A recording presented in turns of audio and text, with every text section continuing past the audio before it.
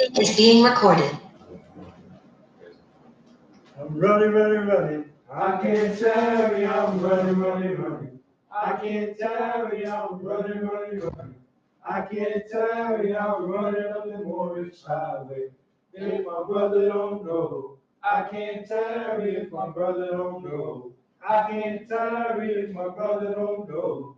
I can't tarry, I'm running up the Morris Highway. If my sister don't go, I can't tarry if my sister don't go. I can't tarry if my sister don't go. I can't tarry, I'm running up the Morris Highway. If my children don't go, I can't tarry if my children don't go. I can't tarry if my children don't go. I can't tarry, I'm running up the Morris Highway. I'm running. I can't tarry, I'm running. I can't tarry, I'm running. I can't tarry, I'm running up the Morris Highway. If my people don't go, I can't tarry if my people don't go. I can't tarry if my people don't go. I can't tarry, I'm running up the Morris Highway. I'm running. I can't tarry, I'm running.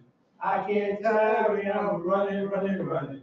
I can't tarry, I'm running up the Morris Highway. All rise, face the east, feet at the 90 degrees, five fingers in the left, two in the right, repeat the Moorish American prayer. Allah, the Father of the universe. Allah, the Father of the universe. The Father of love. The Father of love. Truth. Peace. Freedom. And justice. Allah is my protector. Allah is my protector. My guide. And my salvation. By night. And by day. Through his holy prophet. You Ali. Amen. Remain standing. We rise and give praise to Allah. Father of the universe. These are the prophet number you Ali. Last prophet of these days and time. And the founder of the Moorish Science of America. We want to all the prophets of Allah. Jesus. Muhammad. Buddha. And Confucius. Etc. We want to the harbinger of the prophet number Ali. Brother Marcus Mosiah Garden. You want the pastor, free grand advisor, or moderator, Moorish Science of America. Brother C. Kirby Bay. Brother F. Nelson Bay. And Brother J. Blakely Bay. Even on to the pastor, grand Sheikh and moderator, Moorish Science of America. Brother Allah Eve. Even on to the president, grand Sheikh and moderator, Moorish Science of America. Brother Arjun Bay. And his assistant. Brother Hay Hopkins Bay. Come on to all national officials. All state officials. All local officials. You want to all grand governor and assistant. And all grand sheik and assistant. You want the grand governor of the state of New York. Brother D. Clark Hill. And his assistant. Brother A. Gaines Hill. You want the grand sheik of Temple number 34. Brother W. Kennedy Bay. And his assistant. Sister C. Seals here. You want all the officials of Temple number 34. All sheikhs, all divine ministers, all members. You want our two flags. The American flag and the Moorish flag. You want our charter. For the 10 wonders and mysteries of the world. Which gives the right to teach Islam in America without molestation. You want the divine constitution and bylaws. Questionary and additional law. The Holy Koran and Moorish Science of America. Moorish literature. Humanity pamphlet. And all the divine instructions of the prophet walk with uplifting for humanity. You want the everyone who's working for the uplifting of foreign humanity. Peace. Islam. I read the laws of the Moorish Science of America. Stone of Christian, salvation, all seeing eye, our God, hand fresh unity. The Moorish Science of America, Divine Constitution and Bylaws. Act 1. The Grand Sheik and the chairman of the Moorish Science of America is empowered to make law and enforce laws with the assistance of the prophet and the grand body of the Moorish Science of America. The assistant Grand Chief, and all affairs. If you live according to love, truth, peace, freedom, and justice, and is known before the members of the Moorish Science of America. Act 2. All members are to attend all meetings are to be open and closed properly according to Circle 7 and love, truth, peace, freedom, and justice. Friday is a holy day of rest, because on the Friday the first man was formed in flesh, and on the Friday the first man departed out of flesh and ascended unto his Father God Allah. For that cause, Friday is a holy day for all Muslims all over the world. Act 3. Love, truth, peace, freedom, and justice must be proclaimed and practiced by all members of the Moorish Science of America. No member is put in danger or accuse false to his brother or sister on any occasion or all that may harm his brother or sister, because Allah is love. Act 4. All members must observe these holy and divine laws, and all members must obey the laws of the government, because by being in Moorish America, you're part and parcel of the government and must live your life accordingly. Act 5.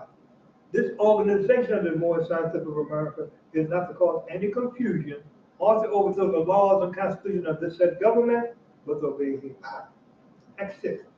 For this, all members must proclaim their nationality, and we're teaching our people their nationality and their divine creed, that they may know that they are part and parcel of this said government, and know that they're not Negroes, color folks, black people, or Ethiopians, because these names were given to slaves by slaveholders in 1779 and lasted until 1865 during the time of slavery. But this is a new era of time now, and all men now must proclaim their free national names to be recognized by the government which they live and the nations of the earth. This is the reason why Allah, the great God of the universe, ordained Noble Ali the prophet to redeem his people from their sinful ways. The Moorish Americans are descendants of the ancient Moabites, whom inhabited the northwestern and southwestern shores of Africa. At 7. All members must not attend the meetings and become a part and parcel of all of the acts of the Moorish Scientific America. Members must pay their dues and keep in line with all necessities of the Moorish Scientific America. Then you're entitled to the name of faith. Husband, you must support your wife and children.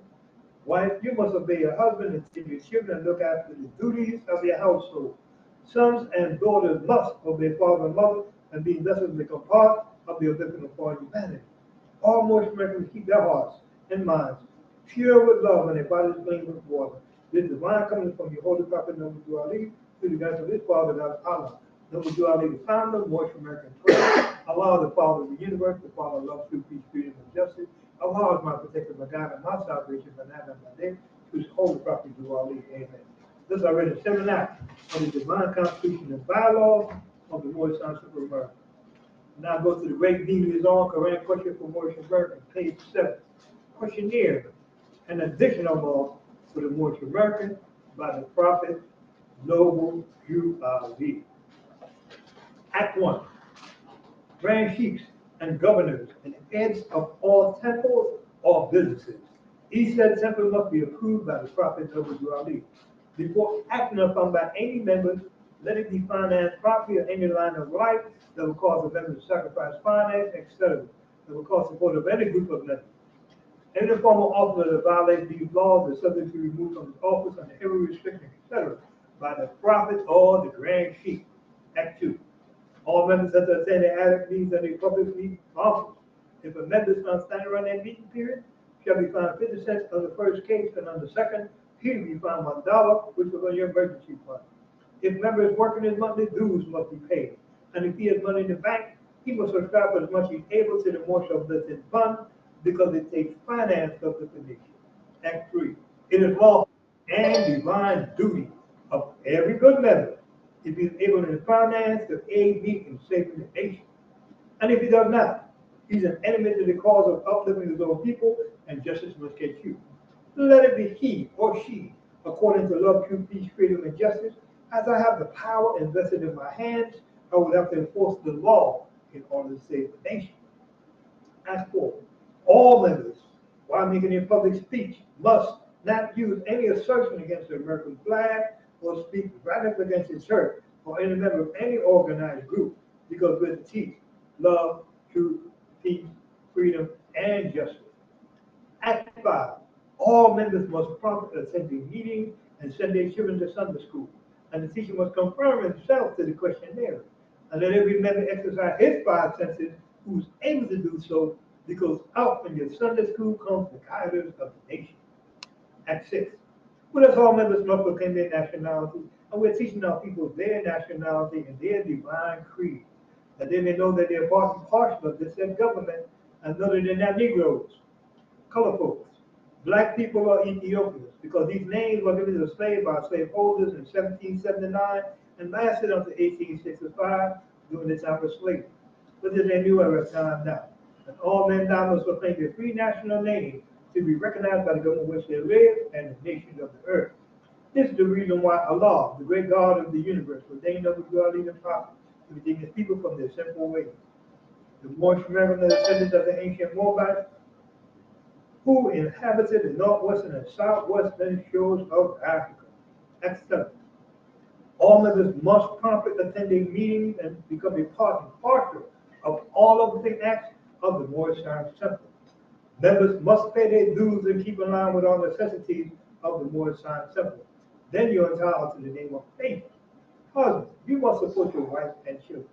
Wife, you must obey your husband and take care of your children and look after the duties of your household. Sons and daughters must obey father and mother and be industrious to become part of the blessing of all humanity. All Moorish Americans keep their hearts and minds pure with love and their bodies clean with water. This is a divine cover from his holy prophet known to Ali, to the guys of his father, God Allah. As I read the 7 acts of the Christian and additional laws for the Moorish American by the prophet Noble Jew Ali.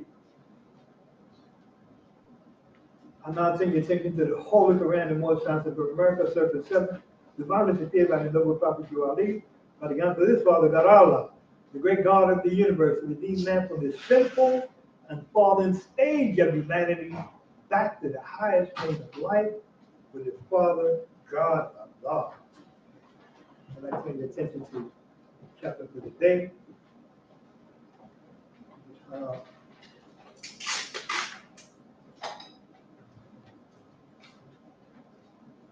Which is found on page 32, Divine Instruction of the Holy Prophet, chapter 21, Marriage Instruction for Man and Wife of the Noble Prophet.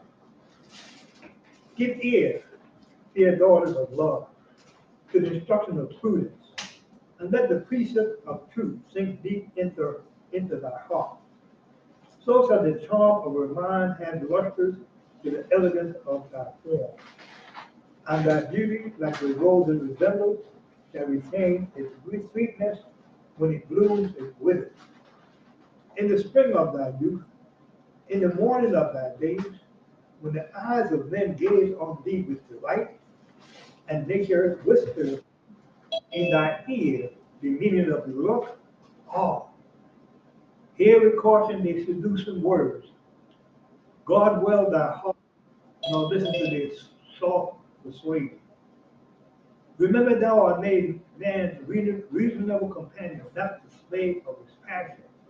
The end of his being is not to merely to gratify his loose desires, but to assist him in the toil of life, to soothe his heart with that tenderness, and recompense his care with soft endearment. Who is she that winneth the heart of man, that subdue him to love, and reign him in his breast? Lo, yonder she walked in maiden sweetness, with innocence in her mind and a modesty on her cheek. Her hand seeketh employment, her foot delighted not in gadding abroad. She is clothed with meekness, she is fed with temperance, humility and meekness are as the crown of glory circling her head. On her tongue dwelleth music, the sweetness of honey flow from her lips. Decency is all her words, and in her answer are mildness and truth. Submission and obedience are the lesson of her life, and peace and happiness are her reward. Before her step walketh prudence, and virtue attended her right hand. Her eyes speaketh softness and love, but discretion with a sceptre sitteth on her brow. The tongue of the licentious is dumb in her presence. The awe of her virtue keepeth him silent. When scandal is busy, and the fame of her neighbor is tossed from tongue to tongue, if charity and good nature open her not her mouth, the finger of silence rests on her lip. Her breast is the mansion of goodness, and before she suspect no, and therefore she suspected not evil of others. Happy with a man that should make her his wife. Happy with the child that should call her mother. She presided in the house, and there is peace. She commanded with judgment and is obeyed. She arises in the morning, she considers her affairs, and appointed to everyone their proper business. The care of her family is her whole delight. To that alone she applied her study, and elegance and frugality is seen in her mansion. The prudence of her management is an honor to her husband. He heareth her praise with a secret delight. She informeth the mind of her child with wisdom. She fashioned their manner from the example of her own goodness.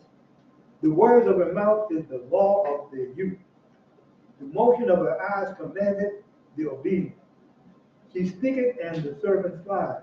She pointeth and things are done. For the laws of love is in their heart, and of kindness added wings to their feet.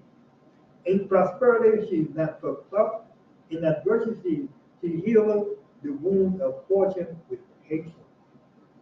The trouble of her husband are alleviated by her counsel, and the sweetness of her endearments he put it in his heart. He put it in his heart, in her bosom, and received comfort.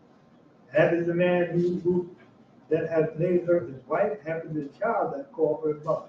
That's I read the entire chapter of the Koran, in the Holy Bible, chapter 21. Marriage instruction for man and wife by the noble prophet. The fallen sons and daughters of the Asiatic nation in North America need to learn to love instead of hate, to know their eyes set the Lord said. This united Holy Koran of Mecca, the teaching and instruction on Most American Shalom, from the Holy Koran, the more sides of America. Know yourself and your Father God Allah, that you may learn to love instead of hate. Every man needs to worship on his own bond and fixing, uniting occasion. Our meeting now open upon the prophet of all.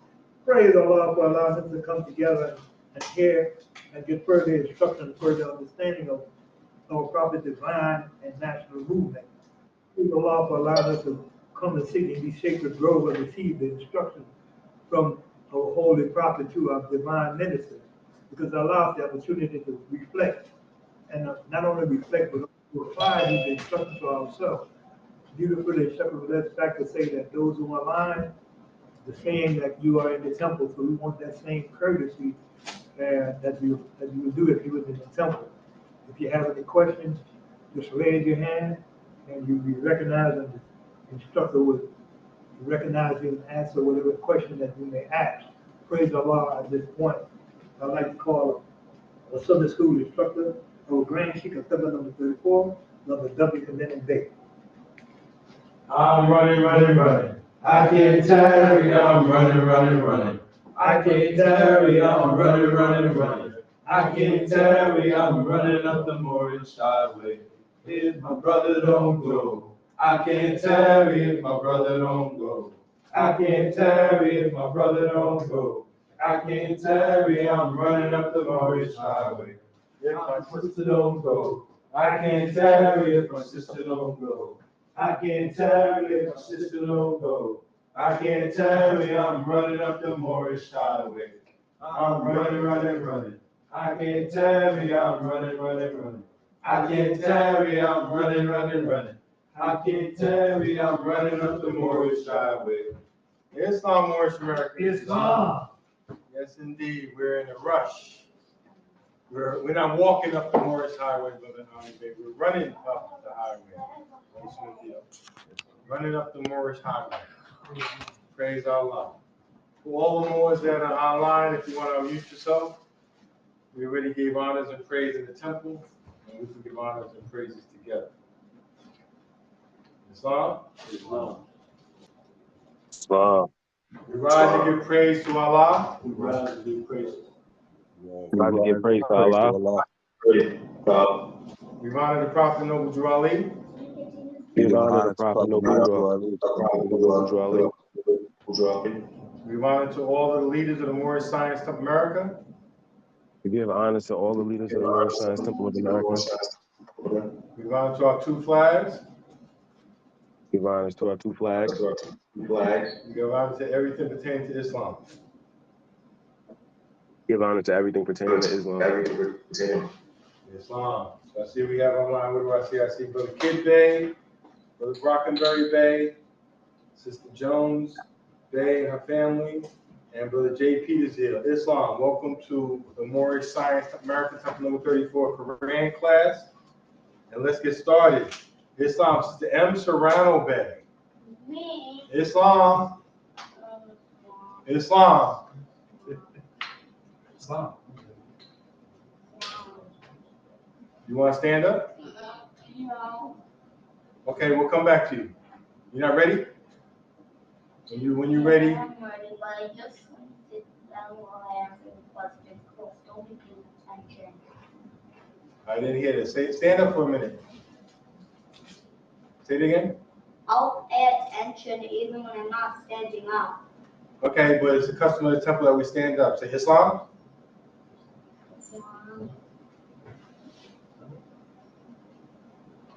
Who made you?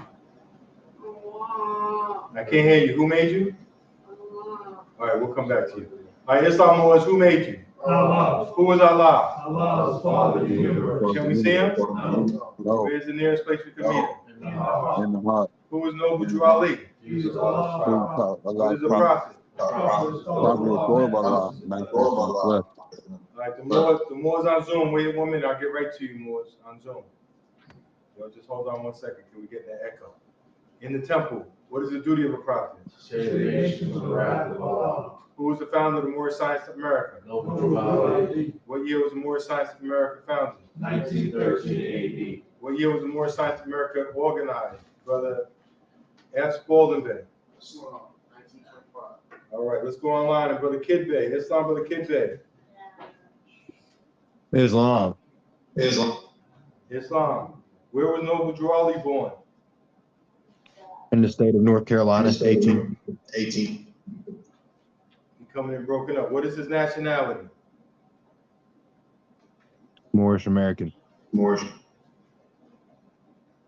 right, well, we have to move on. You're coming in broken up. Let's go to Brother Brockenberry Bay. Islam, Mo. Islam. With the technology. Islam, Mo. What is your nationality? Moorish American. Why are we Moorish Americans?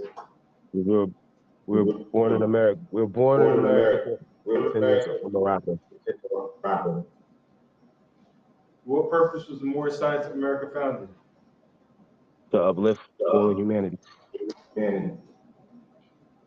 Hold on. All right, it might be on our end. We're gonna hold off on the Zoom for now. I mean, as far as the speaking, we got a little echo going on. All right, back in the temple. Let's go to question number 16 on page 2.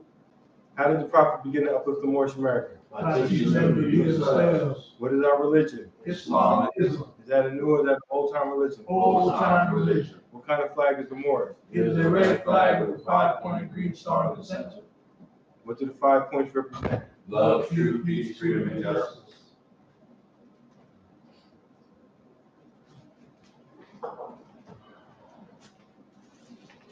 How old is our flag? It is over 10,000 years old. Which is our holy day? Friday. Why? Because Friday is the day on which man was formed in flesh. Who is Jesus? He was a prophet of Allah. Where was he born? In Bethlehem of Judah, in the house of David. Who is his father and mother? Joseph and Mary. Will you give a brief line genealogy through which Jesus came? So the great fathers through which Jesus came are Abraham, Boaz by Ruth, Jesse, King David, Solomon, Hezekiah, Joseph by Mary. Praise Allah. Why did Allah send Jesus to this earth? To save the Israelites from the iron hand oppression of the Palestinian nations of Europe, who were governing a portion of Palestine at that time. Brother Chairman, why did Allah send Prophet Noble Drew to this earth? To save the Israelites of America from the iron hand oppression of the Palestinian nation of Europe. Praise Allah. Give us back the nationality and the divine creed and the birthright. Praise Allah. And part of this that the Prophet did is bring us this Moorish Science America, this organization, right? And Brother Serrano Bay, last couple of Koran classes we had membership meetings. Is that correct, sir? And we talked about attendance, right? And I think that I heard the secretary said many times, if you can't make the meeting, you notify the temple, notify the Grand Sheikh, right? But Secretary, anyone notify you today they were gonna be here? Anyone notify you they're gonna be late? Yes. For the MKB. The M-Kid Bay, who's in Ohio, notified him he's gonna be late. And none of the sheiks responsible, right? So we talk about 1925, we talk about the next 100 years, but it starts with little things. This is how it is in your household. You do the little things and the big things fall into place. See, it's like if you don't have good study habits, you're not gonna do well at school. You're not gonna do well at your job if you're not focused on the different things they might have, orientation, different things they present. If you're not focused on studying, you're not going to do well. We're not going to uplift this nation. And when we speak to everybody. We're speaking to ourselves. We all working on ourselves, and we all want each other to pull our coat. But Serrano Bay, my co-minister, Sheikh, my brother, my bonus son, all of this. And Brother Spalding Bay, if something will come in the Bay, call me up more. I don't know. We'll see you in the meeting. What's going on? This is going on, right? So we have to take this in consideration. I remember my daughter, she first had her first job at the mall. So we're riding, we get to the job, and she's running late. I said to her, I said, did you call your job? She's like, no. I said, well, they're expecting you to be there. If someone is expecting you to be somewhere, the least you're supposed to do is call them and say, I'm not going to be there, or I'm running late. That's being a professional. I'm mentioning these things because as we're going through the summer, I've been talking to the Koran class teacher, Assistant Brother Serrano Bay, and we've been talking about celebrating our 90-year celebration at the temple, talk about the different things we need to do to make things better, ourselves, our membership. So let's just think about that, Moors. All right? All right? The best thing is availability. Right? We could have a brother, sister, got all the skills, Brother Spalding Bay. Know the Prophet's teaching, this and that. But they just, because of their work schedule or whatever, they just can't be there. Well, they can't have an office in the temple. Right? I can't be there. You know? I know I struggle as being the Grand Sheikh coming from Maryland, right? And the Moors understand that, but still I struggle in my mind. I'm supposed to make every meeting. And that's what we should be in everybody's mind. I have to make every meeting. And the higher you go, the more meetings you go. A regular member, you got 2 meetings a week, maybe 100 a year, right? Now you're a sheikh or sheikhess, now you add another 25 meetings to that. Now you're an officer, you add more meetings to that. You're a minister, you have more meetings, more things that you're doing. You know, it's just like if you start off as a father in a family. Start off, you have 1 child, you have many child, and you have grandchildren. I don't want to beat a dead horse. You know what that means? You never heard that before? But spoiler me, you heard that before, right? Yeah. But listen, Moors, it's the quality, not the quantity. The Prophet had thousands of Moors, and he said, what are all you Moors doing here? He says, only a handful gonna be saved. I count them on my finger and have some fingers left over. So which one of the Moors are you? You know what I mean? I give honor to the Moors that are here. I I give honor to the ones that are on Zoom. I give honor to the ones that wanted to be here. And I'm saying, call in, maybe you had a flat tire. Maybe right now you're 2 blocks away from the table, changing your tire. Well, Allah, make sure you get here safe. You know? But it's that state of mind. You know? It's just like texting people. You ever know people that you text, they don't answer back? Right? And there's some people you text, they answer back right away. There's some people that text you, you answer back right away. It could be a loved one, it could be a mother, a father, it could be a child. You know, I'm sure if a Surrounded Bay gets a text from his daughter's school, he's answering that right away. You know? So let's try to answer the prophet right away. You know? Especially if you want to go higher and higher. The prophet came to save us. I have a question for the Moors. The Supreme Grand Council, the Supreme Grand Body, where did any of the Moors ever see that in the prophet's literature that we study every week here? Can someone tell me where in our Holy Koran, a questionary, Moorish literature, Divine Constitution, Brother Spalding Bay? Islam, I think he talks about it, the prophet is spoken. The prophet is spoken? Let's go there. Someone online had an answer? Islam, Brother J. Coleman.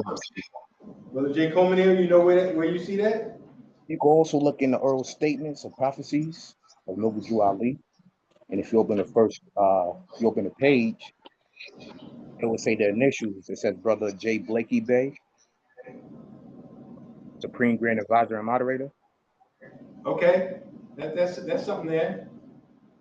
All right, but let's go before that, because there was a time there was no Supreme Grand Advisor and Moderator. So let's go to, I think the brother Spalding Bay kind of said it. I don't know if he had the right article, but I think he was on point, page 11. Are you on page 11 more? Prophet announces his authority and power. And as we're doing the Google search, I got my secretary up here right now. He's going to do a Google search for us.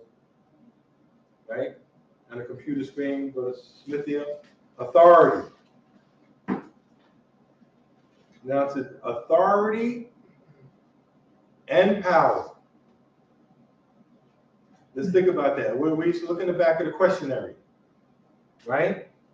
The Moorish science, Temple America, deriving its power and authority. I know I saw that somewhere else before, right? That's a phrase. You know what I'm saying, Brother Ani Bey? Mm-hmm. What is your authority? What is your power? Right? Mm-hmm. Right? The chairman, you hear the chairman when he opens up, he gives honor to the charter. He gives us the right to teach Islam in America without molestation. Right? And then that charter gives us certain powers. Mm-hmm. Right? So authority, what do we have for authority? Islam. So we have definition. Islam was secretary? For a noun for authority, we have the power or right to give orders, make decisions, and enforce obedience. We also have a person or organization having power or control in a particular, typically political or administrative sphere. That's the key. Okay. Praise Allah. All right. So look at our temple, right? So earlier, so we could be familiar with some of these terms, right? Earlier, the chairman was officiating. But was he the presiding officer? No. Grand Sheik's the presiding officer. Just like you see in some of the old convention minutes. You see this Moor was officiating. Or this person was officiating. That means they was at the roster moderating, they was doing stuff, right? They're officiating. But the presiding officer is the top officer. The presiding officer. So now all of this stuff, the prophet was the presiding officer. So he had the authority and he had the power. It says forced to make changes. Forced. He didn't want to, but he was forced. You know, I mentioned the story about Marcus Garvey. Garvey going to Harlem, and the organization started catching a lot of people, and all of a sudden the people in Harlem, the politicians, the power brokers, the businessmen, they see groups of people, large groups, that means money, that means votes. So they gravitate to that. And then when they see that, they try to control it. And they try to take over, or did take over, Garvey's movement. So what did Garvey do? He went and started over. And I said in a few weeks or a few months, he had over 100,000 people. Well, same thing with the Prophet Noble Drew Ali. He comes, he starts the movement, knowing, 1913, into Chicago. But all of a sudden, he has the first temple. He got Temple Ground. He's got businesses, everything. Now people are like, oh, this is great. And then the forces that be like, we need to take this over. We need to do something. So now the Prophet continuously from 1913, continually being guided by Allah, forced to make changes. All governors and other officers of the Moorish Science Temple are hereby congratulated for their past loyalty and fidelity. What does that mean, Brother Smithield? Islam? Fidelity and loyalty. It's like definition, or you like my interpretation? I like your interpretation. Praise Allah. Well, fidelity and loyalty, to my understanding, has to do with that trustworthiness and reliability. Also, sort of a, not obedience that's owed, but a sort of reverence and respect that's given because of a partnership or a certain relationship between partners. All right. Thank you. And Brother Spoiler may expand on that. What does he mean, loyalty and fidelity to the movement? Well, when you're loyal to someone, it means that you express a very strict confidence and binding. There's a binding confidence to that person, what that person is doing. When I think of fidelity, I think of fidelis, from my Marine Corps experience, Latin word, fidelis, faithful. So when you're exercising fidelity, you're exercising faith. So you're being loyal and you're being faithful. So you're being confident with that person, and then in exercising that confidence, it leads you to being faithful. It reminds me of the precept ladder. First is belief, and then is faith, and then is worship. So it's that level of commitment and dedication that you make. Praise Allah. You know what I love about the Moorish Science of America, even for me, and I came in as a young man, college educated, was there's so much I was learning in the temple that I didn't learn in society. My father didn't teach me. I didn't know about parliamentary procedure. These terms that we're using, they wasn't used in my neighborhood growing up. Your loyalty, I mean, maybe in gangs, you were loyal to your colors, you know what I'm saying? Loyal to your, whoever was your crew, and then the faithfulness over a period of time, But the Prophet's talking about, he's thanking the people, you know what I'm saying? For their past loyalty and fidelity. For I know it will be the same in the future. So that's one group of people over here. The Prophet is dressing it. And there's a proclamation, we don't read at the meeting, but some of the other Moorish groups, they read the same proclamation at every meeting. They talk about how the people are moving and trying to move against your Prophet, and he needs finance and all that stuff. But there's some stuff that was going on behind the movement, as far as power and authority and money, and then you had the movers and shakers in Chicago that wasn't part of the movement, but was trying to maximize off the movement. Whether it's Oscar Dupree wanted to be a congressman, or someone wanted to get elected alderman, or someone wanted to sell a product. So there was a lot of things that were going on. So then he says, because of certain incidents that have risen in some of the temples, which seem to come from the fact there are those that do not know where the seat of power is vested. The seat of power. That's what that red square, one of the things it represents. The seat of power. The seat of power. The Prophet has ordered the following to be published. Do you know that Brother James Lomax Bey, Temple number 4, actually told the people to follow him and not the Prophet? I think it was one of the statements the Moor said he said. You know what I mean? And some other things that ended up the Prophet taking and removing him from office. And in the mercy of Allah, at least left him as a member. This brother later on, I believe, went and changed his name and started another group, I think in Newark, New Jersey or something. I forgot the name he had, but he went on.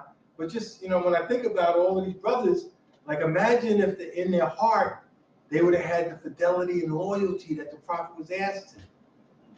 Or the Green Bay, or the Lomax Bay, and some of the other Moors.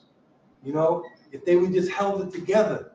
You know, Elijah Muhammad, Fard Muhammad. Imagine that. If they would have just stood their ground. But destiny is what it is. Brother Chairman. Islam. I look at master and subject. Master and subject. Okay, what page? Page 38. And I go to instruction 2. To the honor of the servant is fidelity, his highest virtue of submission and obedience. So that kind of quality and character that you have to be able to understand, like the girl talks about loyalty to another person, you know, that you have to be sincere. You know what I'm saying? And like that's why the prophet, like you said, that's why the prophet did certain things. Mm-hmm. He was forced to make change. Because everybody was trying to, like I said, sit in the seat, you know, or, you know, get, and it's going, and it's continuing today. It's going to change. Peace. Yes. Continues today because we cling to the names and principles that delude to slavery. It's the mental slavery. That's right. You know, the Moorish Americans in America, right, what's around me? They are free to all gather together. They're free. All the Moors in Baltimore, Great Seal Moors, this kind of Moor, Republic Moor, Federated Moor, we're all free. We're all free. Who's stopping us, Brother Spalding? We're coming all together and working together in our neighborhoods. I remember I used to go up in the senior projects over there, pick up Sister Price Band, Carter sisters. Mm-hmm. Senior citizens home. And why do I smell piss, urine in the elevator in a building with senior citizens? How is that possible? And it wasn't Grandpa doing it. And one time I took the stairs, the same smell. Mm-hmm. Now imagine most of the people that was in there was probably related to someone in the building to be there. Somebody's grandson, someone's nephew, somebody's son actually had the nerve to actually urinate in the building where their loved one was at. And I don't see no one coming from other neighborhoods with bags of garbage and throwing it in front of people's houses and in front of buildings. I remember one time I was in front of Temple 21, me and another Moor, I think, and we were sweeping up, and we just kept our sweep. We swept in front of Temple 21, and you know the little store, little bodega there. We started sweep up that way, a little sweep the other way, and a lady originally came back and said, "That ain't gonna help." But I seen it help. I don't know if you ever seen like a block association, where this one group of people on this one block, like you could go and you see it's like look messed up. Then you come to one block and there's some flowers there, and the streets are clean, and the house, and you like, and then you go to another block, because that group of people got together and they said, well, not this block. You know what I'm saying?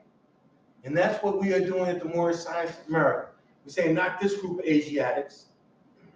This group of Asiatics come in here, they know their nationality. They're taking civics classes, they're taking history classes, they're learning, they're studying, and they're coming to their temple. And they have a certain relationship with their prophet. But some of these Moors kind of got out of hand, so the prophet had to bring it to a statement here. All authority and power of the Moorish Science Temple of America is vested in the prophet Noble Drew Ali. And the prophet said earlier, when I read earlier, the Moorish Science Temple of America deriving its power and authority from the great Koran of Muhammad. You know, each prophet is bringing a higher degree. And each prophet is standing on other prophets. Prophet Noble Drew Ali is not standing independently of Muhammad. Muhammad is not standing independently of Jesus. Jesus is not standing independent of Buddha, Confucius, or Moses, or Solomon. They're all working for the great God Allah. And because of those of us that have the knowledge of the higher knowledge, we know that there's a royal council of the Silent Brotherhood. We know that Jesus was a master from the royal council of the Silent Brotherhood. And we know that this royal council is governing what's going on in this universe and in this world. Because we have the knowledge. And so we're connecting ourselves back to the higher powers, right? Mending the wires. He says to Prophet Noble Drew Ali and those whom he appoints to act as in the supreme body. The prophet has authority and power to expel any officer or member of the Moorish Science of America who willfully violates or refuses to comply. So you just like outright, I ain't gonna do it. Like I'm a member, listen more, we got a dress code and stuff. I ain't gonna dress the way we asked me. All right, listen more, we asked you to stand here, and I ain't gonna stand. I ain't gonna give you much finance. I just want my nationality. I want to be done with it. More, you know, you shouldn't be drinking and smoking with your fez off. You know, with your fez on. I want to at least take. I ain't listening to you. And there's people like that. Not in the MSTFA, people like that in our sphere of influence. They just like, oh, I'm gonna do what I want to do. So, but the prophet is saying that if that's the case, who violates or refuses to comply with the rules in regards to branch Moorish Science Temple, and such suspension and expulsion shall stand until the judgment of the prophet, the members and officers shall have made satisfactory atonement. All officers and members of the Moorish Science of America and any rule, such rule and regulation of the Constitution shall be in writing and not at variance with any law of the city, town, or nation which the prophet shall declare a law. During this session of the convention, and I'm gonna stop there. We're getting ready to go to the convention, right? So now there's a lot there. But what I wanted to bring up is the brother, if you could put up on the screen the Supreme Grand Officers, brother Saranabe. That's on. It's on. Praise the honors already given. This is from the Prophet Noble Drew Ali, Savior of You come up front so the more can see you on Zoom and see and hear what you have to say clearly. Thank you, sir. Islam. This is from the Savior of Humanity, Brother A. Hopkins, Bay, the Prime Minister, page 52. There's a point that Brother A. Hopkins Bay puts in his book, and it speaks to the Supreme Grand Council. It says, the Holy Prophet appointed a Supreme Grand Council. It is reported that the Prophet, the Supreme Executive Authority, will appoint a Supreme Grand Council, of which he will be the Grand Chairman. The Supreme Council will have power and duty to control and supervise all the affairs and properties of the Moorish Science Temple of America, and it will be the sole judge of what constitutes conduct injurious to the order, peace, interest, or welfare with its constitution and bylaws, also the rules and regulations made by the prophet, and shall be the sole judge of the sufficiency of the evidence by which such conduct is shown. Peace. Peace. Praise Allah. All right. So that's where the power and authority, the prophet and those who he appointed. All right. And so now the way it goes is when the prophet passed, right? You had someone that was appointed by the prophet.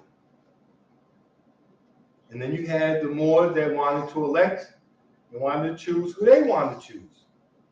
That's a conflict right there. You know, you can see, can you imagine? Because you had people appointed by the prophet had certain power and authority because the prophet appointed them. So now once the prophet passed, like I said earlier, people who want power, control money, different things happen. Now, if you could put up on the screen that list. All right. So all right. Can we widen it or open it or make it bigger somehow? I don't know if we can do that. All right. Can you see that, Brother Brockenberry Bay? Brother Coleman Neal, Sister Jordan Neal? Islam. Can you see that, Brother Coleman Neal? All right. Let's go with the first one, which the brother mentioned, right? Prophet officers, Prophet Noble Drew Ali, Supreme Grand Chairman. And they're in the position, we're assuming the position they're in is the position of power, right? Then underneath the prophet, we mentioned the brother Lomax Bey. Supreme Grand Governor. Now I want the Moors because I need some help with this, with all the Moors, right? I'm trying to figure out the SOPs. You with me, Sister Jordan Neal? Hey, Sister Jordan Neal, it's on, Sister Secretary. You see this list, right? Yes. And I'm sure these Moors, the prophet had to let them know what they were supposed to do, what your job was to do, the Grand Governor, you know what I'm saying? So that's what I want to get to, if we could try to figure out some of them. Obviously, we know that the prophet is the manager, he's the chairman, he's calling the shots, he's probably instructing them what they need to do to help him. Like he's overall, we got that point, right? So now we have the Supreme Grand Governor. So let's think, like, what does he do? All right, then we have, thank you, Sister Secretary. Then we have Brother Meliel, the Supreme Grand Sheik. What does he do? Right? Because they're not over the temple, seem like this is over the nation. Right? These seems like this is national. And you still got your Grand Sheik. You got your you don't even have a grand governor, you have governors over temples. And for temples that don't have a Grand Sheik yet, they're overseeing it. Then we have here Brother Richard Ross, Supreme Publicity Director and Supreme Grand Field Secretary. I like that. I like that, right? Right? So we got, what we have? Publicity. Publicity. It's not just keep the doors open. That's not publicity. Publicity is when you're on the corner on a soapbox talk about the Moorish National Divine Movement. That's when you're on the hedges and the highways as a minister and you're giving speeches about nationality and teaching people, and you're putting articles and papers or doing things with people at the post office or wherever people are gathering, publicizing, right? So he had a job to do that. Field Secretary. I was looking that up on the way to the temple. Brother Serrano Bay, Google that on your phone for a second. It was very interesting, right? What, no phone? Brother Spalding Bay, Google that. Field Secretary, Supreme Grand Field Secretary. And it was interesting. It was talking about like a secretary outside of the movement.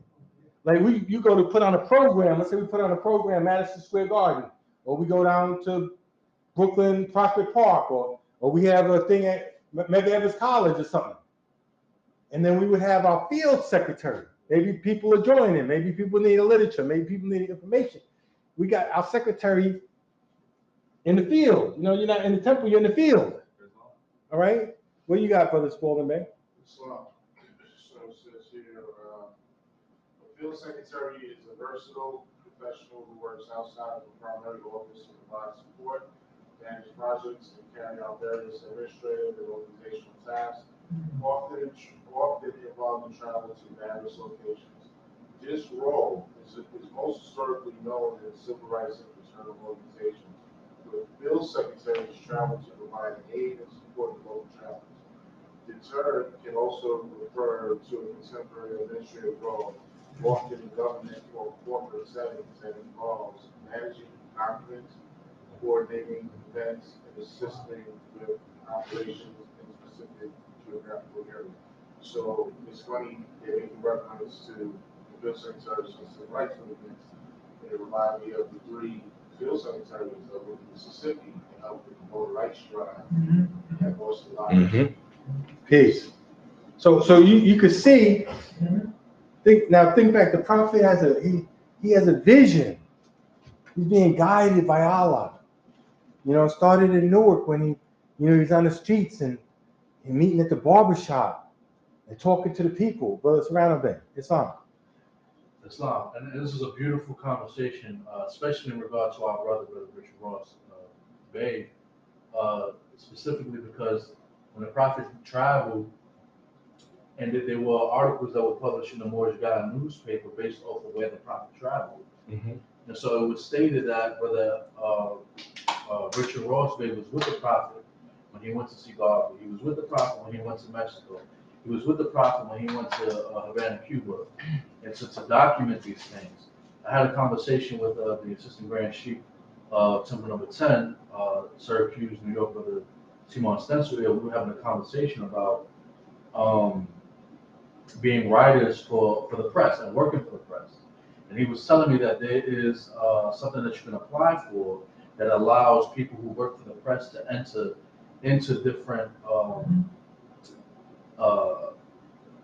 functions for free because they're there to document. Mhm. So if it's like at a Giants game or something, and you Morris Guide sports reporter. yeah, you apply for this particular pass that allows you to go through. Mhm. But it goes to show what was going on with the Prophet Number Raleigh at the time.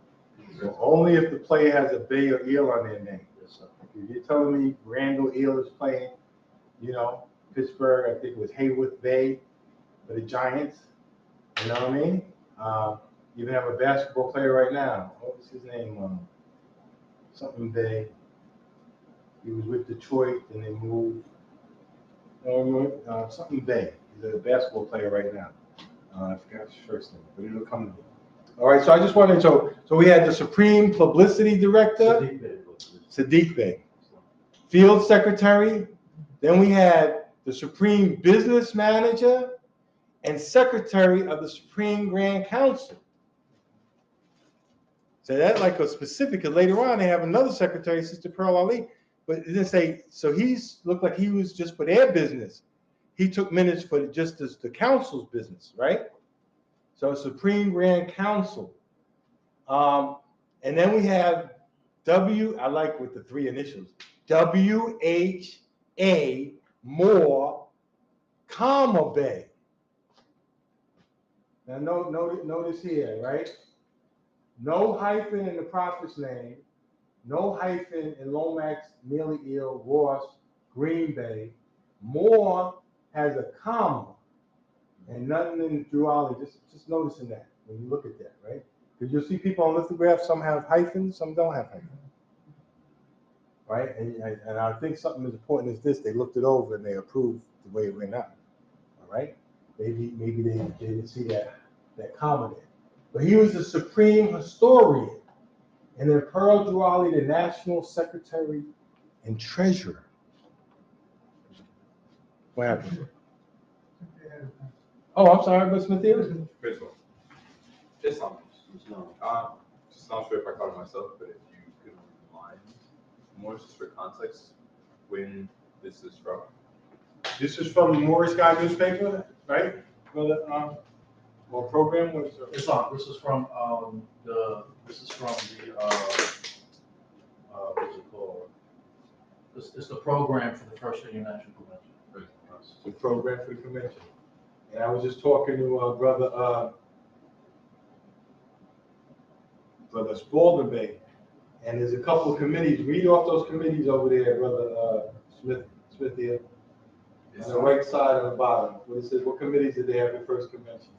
This one says First Annual Convention Arrangement Committee. Arrangement Committee, okay. Says Claude D. Green, Chairman. Mm-hmm. Richard H. Ross, Vice Chairman. Mrs. Pearl Ali, Secretary. All right, let's just think about that for a second. So Claude Green, who's the business manager, he's the chairman of that committee. And then Brother Ross Bay, who's a political one, he's the what to the committee? Vice Chairman. And then Sister Pearl Ali's as secretary. And the other committee they had? It says First Annual Convention Reception Committee. Reception Committee, okay. Sister Whitehead Eel, Chairman. Sister Whitehead Eel, chairman. Wasn't she one of the early Grand Sheiks? Islam? She was the biological aunt of Sister Pearl Drew Ali, and she was the first Grand Sheikh of Morris Hospital Number 9 and Morris Hospital Number 9. All right. Go ahead. Then we have Brother Mealy Eel. Brother Mealy Eel. And Brother Small Bay. Brother Small Bay. J. Small Bay. It was on the back of our questionnaire, one of the first 5 trustees or sheiks appointed by the Prophet. All right? So, Brother Serrano Bay? Islam. Just to also add context also for Sister Pearl Drew Ali. There's an article that was published in the Savior of Humanity, found on page 33. And it's called Honor to Whom Honor is Due. And it says, Mrs. Pearl Drew Ali, the wife of Prophet Mother Drew Ali, deserves the highest praise for her tireless efforts in behalf of the program for the More Science of America. Aside from taking care of all correspondence for the organization, She personally sees that all orders for products of the Moorish Manufacturing Corporation are filled and shipped promptly. Many other business details connected with out-of-town district temples, which the prophet cannot possibly attend to, are handled by this fine young woman in the most satisfactory manner. She is never absent from any meeting of she is a member of the temple choir. While she is a splendid typist, she plans to enter school in the fall and qualify as a professional stenographer and bookkeeper. She is the treasurer of the Moorish National Business Club, an organization devoted to the social and economic advancement of the community and the members of the Moorish Science of America. She is cultured and refined and is secure in the affection of a host of friends. And then there's another part. Give the more that sister's name again. So this is Sister Pearl Drew Ali, Prophet Noble Drew Ali's wife. There's another part in here that I wanted to. Well, let the Moors purchase the book. We won't give them too much. Praise Allah. Peace. Peace. You know, and the reason I'm bringing this out, you know, the Moors is like, okay, historical, right? So the prophet must have saw a need for certain people to take care of certain facets of the organization, right? They were going out, they're starting temples, having tours. And we talked about this, the prophet tour of the United States. The prophet went to Mexico. The prophet went to Cuba. So all of these things are going on. The first convention, you have to have an arrangement committee. You had to have a reception committee. So the question and the thought I have is, if we don't have these officers today,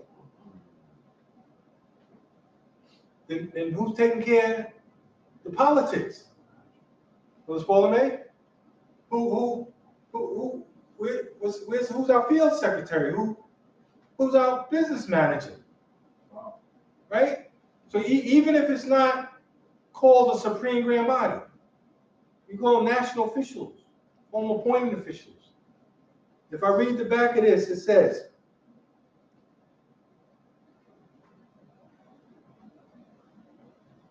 to propagate the faith and extend the learning and truth of the great prophet of Ali in America, to appoint and concentrate missionaries of the prophet, and establish the faith of Muhammad in America.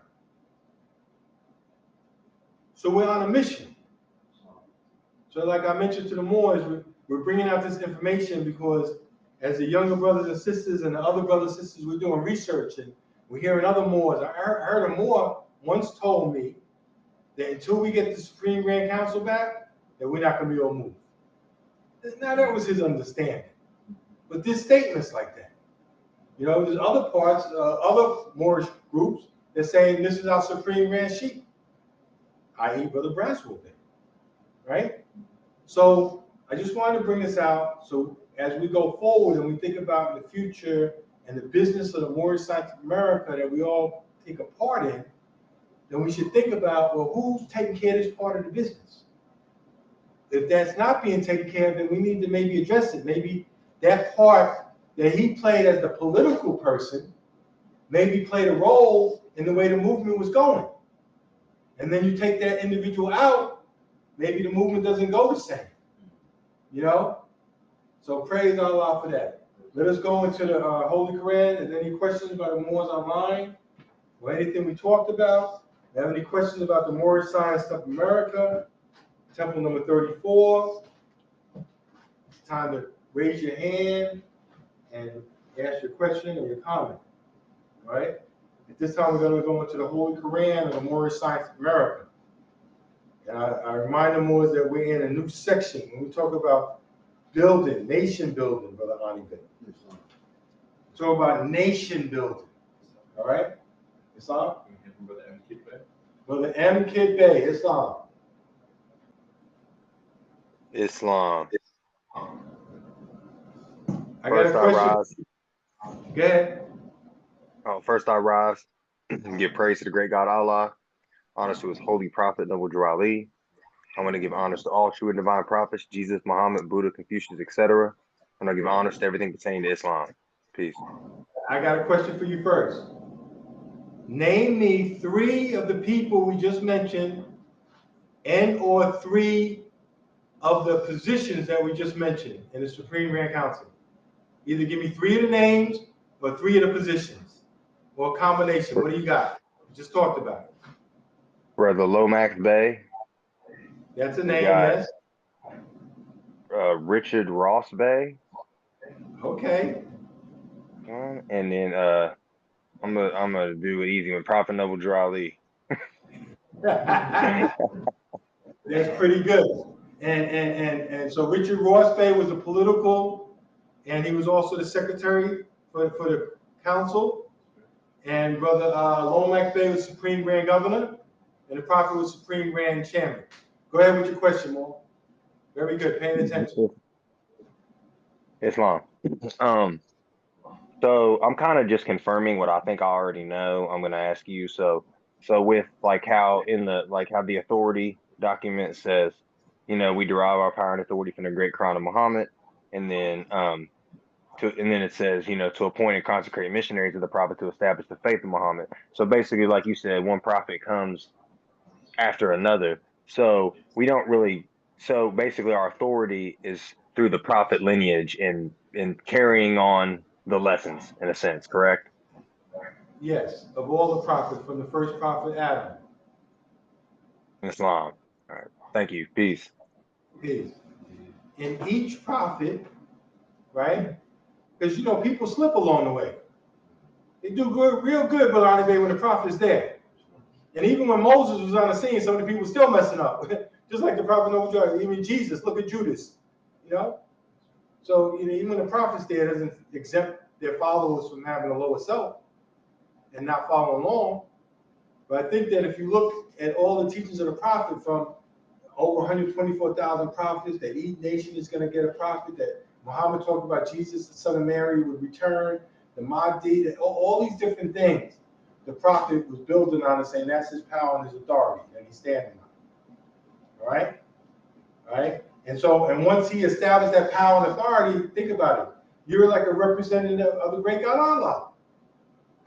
When the prophet Aaron said something, or the prophet Enoch said something, or Isaiah said something, or Allah told David to say something, or Solomon to say something, that was Allah speaking to man through the prophet. So the ultimate authority and power is from Allah. When we think about when we're going back to where it starts. What's around about? Islam. I just want to say, Prophet Noble Drew Ali is Prophet Muhammad. And that's when a lot of people talk about Prophet Muhammad, we start getting into reincarnation. I sent something to the secretaries. You can check it out yourself. There was a man by the name of Edgar Casey. Mm-hmm. He's like America's psychic or whatever. Spiritualist, right? And he had all these dreams and stuff like that. He was like in tune, going to the Akashic records, and you read some of the stuff he was talking about or speaking about as far as Jesus, and he's like, Jesus was a Jagannath, and Jesus was here, and Jesus taught about reincarnation, and they took it out when they had the Nicene Council. They took this out, and they took that out. And so what happens is when you attune yourself, then you can see these things for your own self. Just like we're talking about, I'm trying to give the more so we can kind of go back, because if we want to go forward, history, what's Golden Bay is like, put ourselves back there in 1925. Just imagine what was going on, especially the power that the prophet had and Garvey had, and people saw that, and not everyone had the positive way they wanted to spin it. Even if you look at the Chicago Defender, the Asiatic newspaper, they was really supportive of the prophet. And when everything started happening and unraveling, then they started talking negative. The same brother they was talking positive about, they started talking negative about him and the movement. If you look at some of the articles that are pre-1929, before the prophet passed, and then look at some of the articles end of 1929, after the different things happened, 1930s, they're real negative, right? And that's where you need that political person. Right? That's where you need that media person. That needs your person to go in there and what they call today spin doctors. When you go to you need to put a spin on it, because right now, and I'm going to get to the lesson, but just everyone, I'm sure if you're not aware, they had this Asiatic series called Black Mafia Family. You familiar with that, Brother Spalding Bay? And on this series, I come in the house one day, and my wife, who's not a member, oh, you got to see this. Like Fez is on TV, but it's not Fez is teaching what we're teaching. It's Fez is on TV making a dope deal and getting the shoot-ups. and I was like, wow. All right? But what would the publisher say? The publisher would put a spin on it. See, the publisher would say what? Their thing is, whether it's good news, right, Brother Spalding Bay, or whether it's bad news, you're in the news. So now you take an opportunity that is on the front page, now you go up there and put the spin on it. Now you go up there and you're like, this is the answer, and we need an apology. Well, what do you mean apology? And this and that, you put the spin on it, because this is not what what does the organization really feel? Here's the field secretary, they'll tell you what it's all about. Here goes our historian. Here goes Brother Serrano Bay, Brother H.A. Bay historian. He'll tell you what information he needs. And this brother's on point. And then, well, I don't know about that. And then the historians start hitting them. Back. Oh, this one knows what he's talking about. Then they back off. Everyone has a role to play. All right? So anyway, so in these chapters, we go from the teachings of the 18 years missing in Jesus to nation building. And if you're going to build a nation, you got to talk about the young men. You got to talk about marriage to your mothers and fathers. You got to talk about instructions for the children. See, that's important here. So when we look at these, just look at these chapters we're dealing with right now. Holy instructions and warnings for all young men. Marriage instructions for man and wife from the noble prophet. Duty of a husband. Holy instructions for thy children. Obedience of children towards their father, and a holy covenant of the Asiatic nation. The holy instructions of unity. Look at that. If you have race pride and love your race, join the Moorish science. We're calling our strong men and women, trying to rebuild, trying to raise up the nation. These are things that we just don't read about. These are things we're trying to implement within our communities, within our society, in order to follow the prophet's instructions. We reached out to Allah. Oh Allah, save us. We're in slavery. Oh Allah, segregation, Jim Crowism. Oh Allah, please save us. The nation's torn apart. They don't know who they are. They don't know their religion. The prophet comes. So when we go through these, we should think about these in reference to our family, in reference to our extended family, right? Because sometimes, Brother Lovia used to say, if there's one Moorish American in your family's blessed, right? So it could be you, Brother Anibe, your brothers, your sisters, your cousins, just having a conversation, and you don't even have to say it's from the Holy Koran. Just hit them with a couple of instructions for young men. You're around some young men, some cousins, some nephews or something. You hit them there, y'all be careful. Your present choice is your future happiness. You know what I'm saying? If I put on a Bible and you could explain it the way you could explain it for using the prophet's teachings. You know what I'm saying? The same thing, you're talking to someone and they're talking about, well, I'm going to get married. Some of the young people, friends and think about marriage, say, well, there's instructions on marriage. What are you talking about? Well, you want to do this, you want to do that. It's your wife going to be the head of the household. She's going to do this, she's going to do that. What's going on? Duty of a husband. You got a man, a friend, someone having issues, different things. Like, listen, these are my instructions. And the thing about it, even when you fall down, right? Because I've personally fallen down on some of these instructions, right? But you get back up, and what do you do, Brother Chairman? You make a speedy preparation to that power. What do young people say in one of the songs? You get knocked down, you get up, you dust yourself off, try again. Right? So we're entering into this chapter. The chairman opened up with marriage instructions. Marriage instructions for man and wife from the noble prophet. And these are divine instructions from the noble prophet. Give ear, fair daughter of love, to the instructions of prudence, of wisdom. Prudence, wisdom. And let the precepts of truth sink deep in thy heart. so shall the charms of thy mind add luster to the elegance of thy form. That's some high power stuff. These sisters ain't no joke. You know what I mean? Women are not a joke. You got to understand the way they're made up. He's telling us here something about it. The charms of thy mind. So a woman has charms, and she uses her charms. Add luster to the elegance of thy form. What's luster? It's like shine, right? Brightness, right? Her countenance, right? So she already got this elegant form. You know what I'm saying, what Ferguson is? But if she put the charms on you, you know what I mean? It just adds to that beauty now. So it's not only a physical, you know what I'm saying, what's around the thing? It's a mental thing now. All right? The same thing goes for men. All right? And thy beauty, like the rose it resembleth, shall retain its sweetness when its bloom is withered.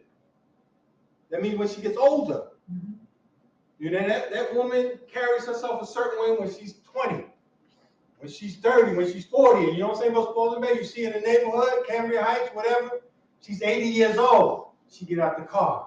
She's still styling and profiling. You know what I'm saying? And she's someone's grandma. But she's been holding it up. She's been giving that elegance and everything, that luster, her whole life. And what happens, because of the way she carries herself, even though the bloom is with her, that she's not as bright and everything as when she was 15 or 25, whatever, she still carries that elegance. And she still carries the charms, you know, even when the bloom is with it. Now, the person that doesn't have that, when the bloom is with it, and we see sisters out there, we see women out there, they're just with it. They don't have these. They don't have these instructions, or something happened to them in their life, and they're with it. Especially, I know in Maryland, I don't know about here, but Maryland, they have, in the neighborhood I live in, Baltimore, not in Baltimore, but even in northern Maryland, Cecil County, they have a large drug problem, heroin. And you see some of these people, they're real thin, and they're with it, and you see that life, they don't have that look and that life in them. Yeah. You know what I mean? And so it could be drugs, it could be life, it could just you lived a certain way, you know, but the prophet is giving instructions. These are marriage instructions. So these are marriage instructions for man and wife, right? Like Brother Serrano mentioned the other day, even though I might be speaking to the sister, that means the brother still, when I read that, I'm like, oh, that's a beautiful woman that does that. Well, that's a beautiful man that keeps himself tight. You know what I'm saying? He dresses a certain way. His charms, his mind is a certain way. So even though his bloom, he's not as strong and what he used to be when he's 50, even though he's 70 years old, you ever see that man that got that nice hat, cane, he walks a certain way, grandpa is working it. You know what I'm saying? So it's a state of mind that goes along with the body. It goes along with it. It's the same thing. Here go a Moorish American, right? Here you got the fez on your head and everything like that. But if you don't carry yourself right, if you don't have that right character, see, when you walk into that room, Brother Spalding, you got that fez on, you got that tux, and that black tie affair, whatever's going on, and you're talking with a tone of, the prophet says, speak to them with intelligence. And you speak in a certain way, you're coming across a certain way. It doesn't matter if you're 40 or 50 or 70, it's going to still have that same effect. And that's what I'm getting at of this. It's how you carry yourself. You know what I mean? And how you carry yourself even into your older years. In the spring of thy youth, in the morning of thy day, when the eyes of men gaze on thee with delight, and nature whispereth in thine ear the meaning of their looks. You see, they're all over the neighborhood. Same little girl, she was 10, she was 11, and all something about this summer, she's going to high school, so she's 13, her frame is changing, she's looking at all the men. And these don't matter if the man is 15 or 18 or 38. Because some of our men are real low. And all they do is they just see something physical. They just see a beautiful flower blooming. And they react a certain way. So that's what they're talking about. So when this happens, First of all, you gotta let your daughters know this is gonna happen. You can't put them out there. Everyone loves flattery. They love it when they're in school and the teacher says, you did well, it's such a nice thing. You did this, you did that. They like that. So if they're 13 years old, 14 years old, the bus station or coming from school or something, the janitor says something to them, or the teacher says something, or one in high school says something, you better prepare them. Again, people are gonna say something. This is what they mean. This is what the prophet's telling them. If you have young children, they read these instructions when they're 7 and they're 8 and they're 9 and they're 10. They hear the Moors talk about in the temple. It says, the nature whispereth in thine ear the meaning of their looks. They be like, wow, look at that, yo. How's the young sister supposed to react? She starts to name the meaning of those looks. That's what my father was telling me. That's what my mom was telling me. That's what my auntie's telling me. My uncle's telling me, watch out for that dude in the neighborhood, this guy in the neighborhood, that guy at school, watch out. And so you start thinking about it. What's around it? Islam. Islam. You know, this is a beautiful conversation with the Grand Sheikh, and you know, I want to say also, you know, we all, even in the more science of America, right, we all striving to be perfected, right, in the sight of Allah. And unfortunately, we have brothers also in the organization that also have a lower self as well. And so, I say it like this, you know, there's a saying, every level is a new devil, right? And so, hey, mom, you beautiful, how you doing? Turns into Grand Rising Queen, or top of the universe, or hey, how you doing, goddess, and all of that stuff. But it's the intent that's the same. You know, and I just wanted to bring that forward, please. Praise Allah. I see Brother Spalding, and then Brother Smith here. Yeah, Brother Spalding. Islam, I was just sitting here thinking how their niece actually had on this celebration life, gave the experience of being in Rockaway and a brother asking for her number. And she came home and your brother was, oh, this brother needs someone to me. And your brother had to tell her, knucklehead. You know what I mean? He's not for the day. You know, so here it is, this very same instruction being applied in a very practical manner. Peace. And as we giving these instructions to our daughters and our nieces and our friends in our community, our neighbor's daughter, pulling her coat because she might not know, we also talking to the men. Don't be one of these knuckleheads out there saying that stuff to them. Don't be one of them knuckleheads looking at them like that. Your mother and father didn't raise you, a Moorish American Muslim. Why are you saying that to her? Why are you trying to get doing all that stuff you're trying to do? All right? Brother Smith here? Brother Chairman, did you have a hand? No. Islam. Islam. Praise Allah. I'm just calling once for the thoughts and discussion as well. I'm not sure if I shared this before, but I remember I was having a conversation with the assistant treasurer about the case tournament. I think it was after one of the discussions we had during the temple. And it was just about, you know, we talk a lot about how we have to have a deeper appreciation for the Prophet says.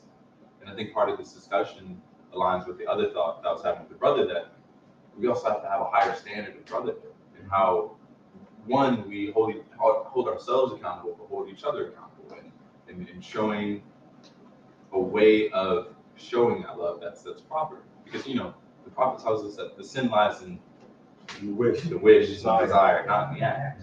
So these looks are going to happen, these conversations are going to happen. But like Brother Stranovich said, how do we have the intention? And how do we have the proper intention that represents the principles and aligns with the principles? How do I say peace? And think about, thank you so much, and think about little girls and little boys, right? Where do they learn these expressions from? From bigger boys and bigger girls. You know what I'm saying? They pick it up in the TV. Pick it up, now you got social media. Now you got music, you know? And some of the words, if you know, sometimes I'll listen to a beat and I like the beat. And if I start to listen to the words, I go, oh, whoa. And now I got the satellite radio where they don't have the same restrictions, let's say. And you listen, you know what I'm saying? I'm listening to this song, I'm like, whoa. I mean, this is pretty intricate here. I mean, back in my day, they saw a man and woman, they look at each other on TV, right, and all of a sudden the camera would go up into the trees. You know what I'm saying? You know that I'm talking about, Brother Ferguson. And you just, you know, well, you know, they be romantic and they show the bedroom door and then that's it. But now they in the bedroom going, they in the bed, and they showing this all to the people. And so now, since this is the society we live in, we have to know what's going on. And we have to make adjustments if we choose to. Or we could just go with the flow. It's easy to go with the flow. You saw it growing up, your friends are kind of a certain way, and you join the temple, you wear the fez sometimes, not all the time, you know, and they're going a certain way, they're saying certain things, expressing, you know, just having a good time with my friends I grew up with. Are you really? This is where we have to question where we are along the way. You know, because like I said, if we're going to save this nation, if you're going to save your daughter from teenage pregnancy, you know what I'm saying? You're going to save your son from having 2 or 3 different babies from different women. If you're going to save that and try to turn it around, you know what I mean? Then you got to start somewhere. And I always say, just start with being a better you. You know, remember I had it on the board before, I was talking about how you come in here with 30% higher self and 70% lower self. You start moving and getting rid of some of that lower self. You put some more higher self in, you move some stuff out, you pull some in, and it's a gradual process. Praise be to Allah. You know, but you always want to have that self-reflection. You know, and as we finish up here, it says, the meaning of their looks are, and here with caution, their seducing words. Guard well thy heart, nor listen to their soft persuasion. Remember, telling the daughter, the wife, remember, thou art made man's reasonable companion. Reasonable. See the adjective on that? Just not a companion. Reasonable companion. Not the slave of his passion. Back in the day, the Moors had harems. White slavery. The Slavs. They used to bring in their blonde-haired, blue-eyed ladies from these countries to be in their harems, so they could satisfy their loose desires, right? And so we got to understand the process in a man's psyche, and so the prophet has to put it in a woman's psyche to combat that, you know, because remember, it's the man is in the control situation usually, you know. Back in the day, he used to control the money for the finance for the house. He controlled power. Some Islamic neighborhoods, you couldn't even go out without a man, different things. So there's a lot of things that they were controlling. And then to use these words and then be a certain way, you can see how things can go south in a sense. But if she remembers, remember, thou art made man's reasonable companion, not the slave of his passion. The end of thy being is not merely to gratify his loose desire, or to clean the house, or to do his laundry. But I grew up thinking that, though. I don't know about some of the brothers in here or online. I grew up thinking like that. My grandfather just looked. Grandma bring him a sandwich. Grandpa never folded no clothes. He just opened up his drawers. Drawers was clean. His socks was clean. Grandma took care of all of that. I grew up watching that. I'm like, I can't wait till my turn to have me a little wifey. You know what I'm saying? And she gonna do this and she gonna do that. And then I came into the 1980s when I was around that age to get married with Lonnie Bay. And all them sisters, a lot of them sisters like, oh, don't think I'll be like grandma. Because I saw grandma too. And I said, I will not be like that. So here you had the young boys right there like, man, grandpa got nice. Dad got it nice, right? I'm going to have it nice like that. But the sisters are sitting back and like, nah, definitely not grandma. And I don't know why mom does like that. I won't even be doing that. But yet, if you're just looking at it for selfish reasons, right? If a man is just going through this and it's all about him, but it's not about the family, that's not right either. But if everyone's playing a role right? Like, I don't have no problem massaging my wife's foot. I have no problem with that. That's my wife. Yeah, honey, what do you need, baby? It's a mutual thing. We're trying to accomplish something as a team. You know, and so when you see when he says oppose not her inclination without cause, that's because the woman is working with a higher sense than you have as far as that spiritualness. And so since she's got the better antenna, unless you got a reason why, just because she made the decision, I'm the man. No, that's not right. If you oppose her inclination, if she has a way of thinking about it, you have to have a cause to oppose that. Some kind of sound reasoning, not just because you're in charge. When she has the insight that you might not have. So we're gonna continue with this chapter. But at the end it says, happy is the man. You happy, Allah bless you with something like that. And you're happy with a man or woman, even if they're not like that, but they're trying to be like that. Right? They're like, yeah, I grew up like that, and I was like, yeah, but I'm trying now. I'm trying to make some corrective measures.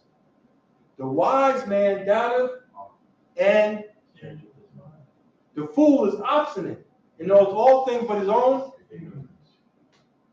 What do you want to be? All right? We're going to close out. Brother Chairman, why don't you come on up, Brother Chairman, and say whatever comments. And Brother Serrano, if you can take the door for a second. All right, let the Chairman have whatever comments, and then he can read the warning. And thank the Moors. Thank you for all comments and thoughts. Peace. Yeah.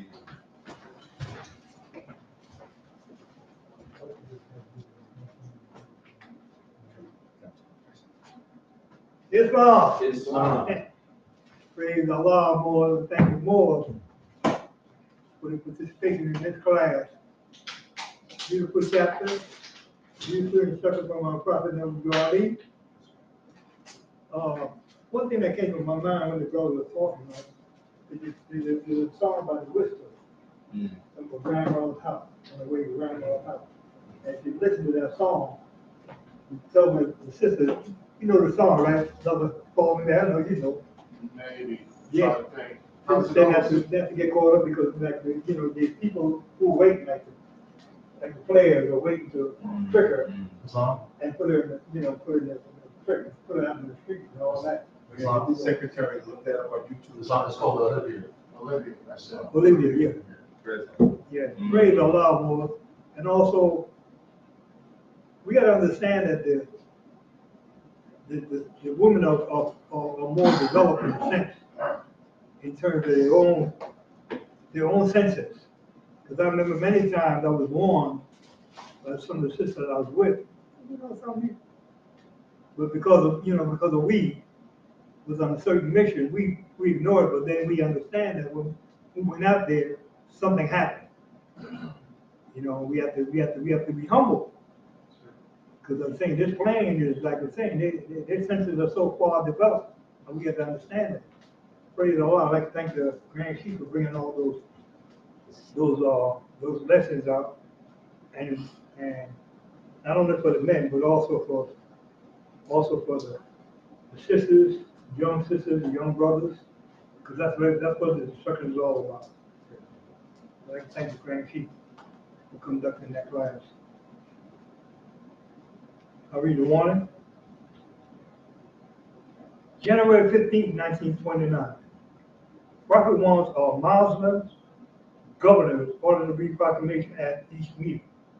I hereby inform all members that they must end all radical, agitating speeches while at work, in their homes or on the streets.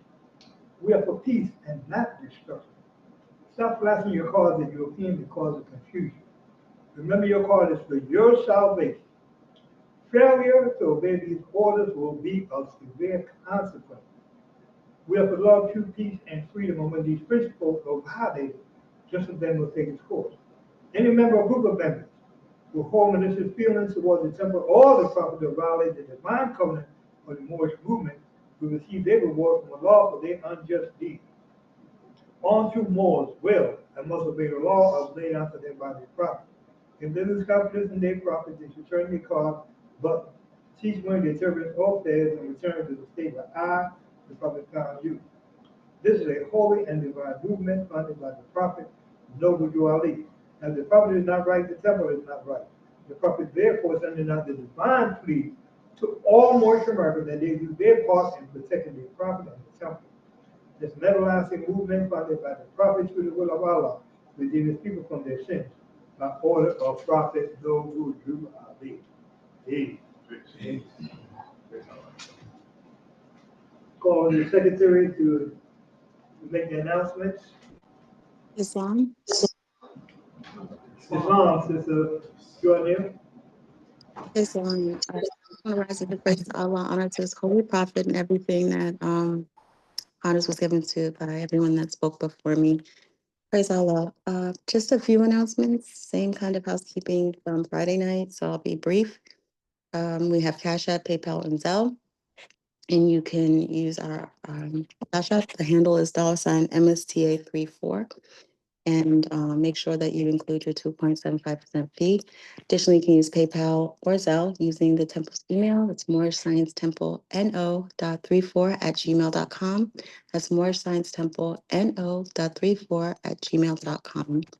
Just a reminder to the Moors that Friday is our holy day, and it is the holy day for all Muslims around the world that we gather again 7:30 p.m. at the temple for our in-person meeting. And then we come back again together on Sunday from 2 to 4 p.m. to have Sunday school. On Thursdays, we have our national conference call. That's every Thursday. It's our Q&A line. It's led or facilitated by our Grand Sheikh, Brother W. Bay, with the assistance of our assistant chairman and Sunday school teacher, Brother Al Bay. And it is a dial-in number. The conference call number and code is in the chat. You want to save that to your phone so you can access it during the week. If you have questions, they have answers. If you are able to join us on Thursday, feel free to ask your question. If you are uncomfortable asking your question, feel free to reach out to one of the sheiks or send an email with your question, and we can try to address it at that meeting. Also a reminder that the civics class will be held on Wednesday. The next class is August 27th, 2025. It is held from 6 to 7 p.m. Please note that the classes start on time and end on time, so we don't want you to miss it. Or we don't want to miss you giving your demonstration or your portion either, and the contribution that you give to the conversation. That being said, please be there at 6. I'll log on, same Zoom line, same code. And we will see you on Wednesday. It is not offered every single Wednesday. So please note that the next class will be August 27th. Probably, I'm going to guess, I think this might be the last class before convention. And so you'll look forward to the next date in the next class after this one. If you have any questions, this class is facilitated by our brother Sheikh, Brother K. Turner Bay, along with our Grand Chief, Brother W. Clendenin Bay. And if you have any questions, feel free to reach out. You can send an email to mooresciencetempleno.34@gmail.com. And we are preparing for convention. And as such, you'll hear about our dates of closing and further information for how to access the public meetings. Some of the sheiks will be attending the convention. And so ordinarily our temple doors are closed, in-person meeting, and you can just log on for the public meetings if you're able to. I think the only other information that I have at this point is if you wanted to purchase the Moorish Guide, you can do so in the temple. If you are interested in getting a Moorish Guide subscription, you can also purchase one. I believe it's $18, and then it gets mailed out to you every time that they are produced. If you have any questions and you're in the temple, you can ask Brother Grand Sheikh, who is there, about the Moorish Guide. If you're interested in working on the Moorish Guide staff, they're always welcome. Individuals who are interested in working on the staff, if you want to write something and submit that. Or you want to attend a meeting and see if you want to get your feet wet, if there's something you want to do, please do so. Reach out to, again, the Grand Sheikh, who I believe is the editor of the Morse Guide, and he can give you.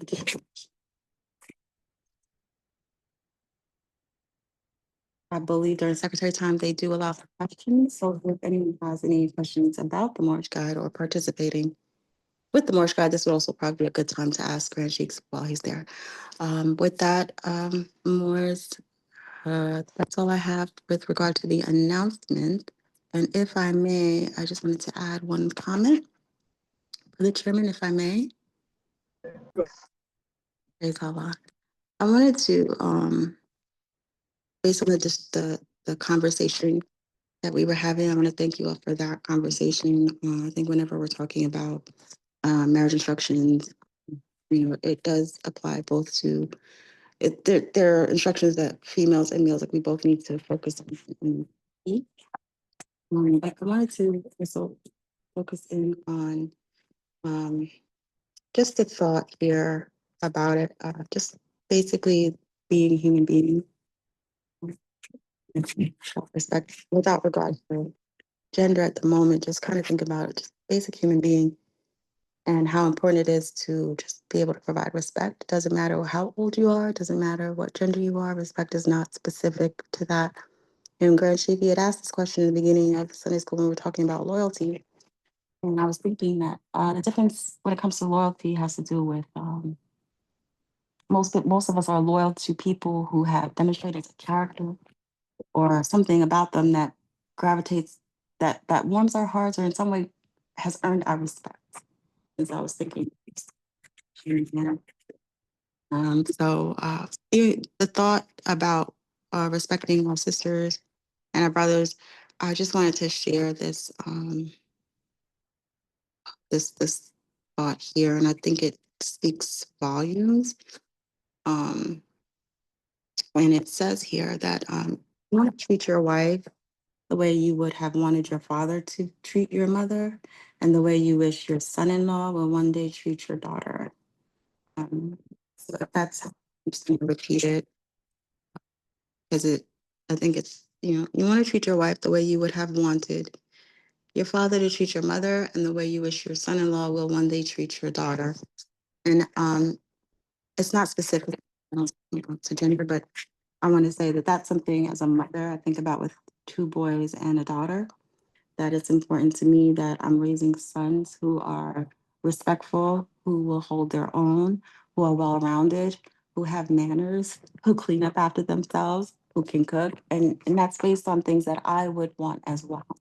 And so things that would not cause strife and stress, things that, equipping them the way that they should be equipped in my mind, and prepared to give them a good start in life with anything, including relationships.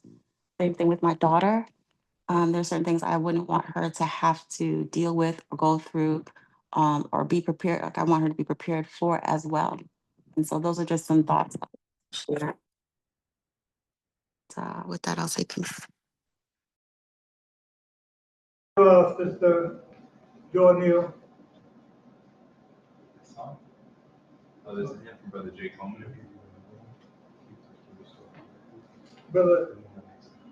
Brother J. Coleman. Yeah, Islam, praise Allah and honors to the Prophet. You're the children of one father, provided for by his care. And the breasts of one mother have given you suck. Let the bonds of affection therefore unite thee with our brothers, that peace and happiness may dwell in our Father's house. And when you separate in the world, remember the relations that bonded you to love and unity, and prefer not a stranger before thy own blood. If thy brother's in adversity, assist him. If thy sister's in trouble, forsake her not. So shall the fortunes of thy father contribute to the support of his whole race, and his cares be continued to you all, your love to each other. Excuse me. Honest to Sister Jordan L for her statement. Peace.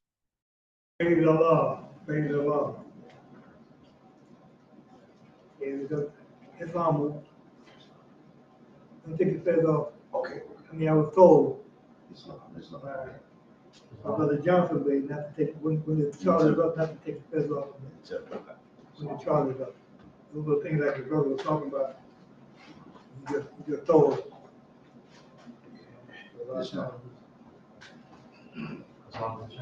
Islam, brother. Else around the way, Christian chair. Islam, just to add to the thought, for the lesson today, in regards to marriage instructions for man and wife, and just came along with our Sister Secretary, Mr. J. Jordan, with the thought of how these lessons can apply to both men and women. And so, as our friend she was reading earlier today,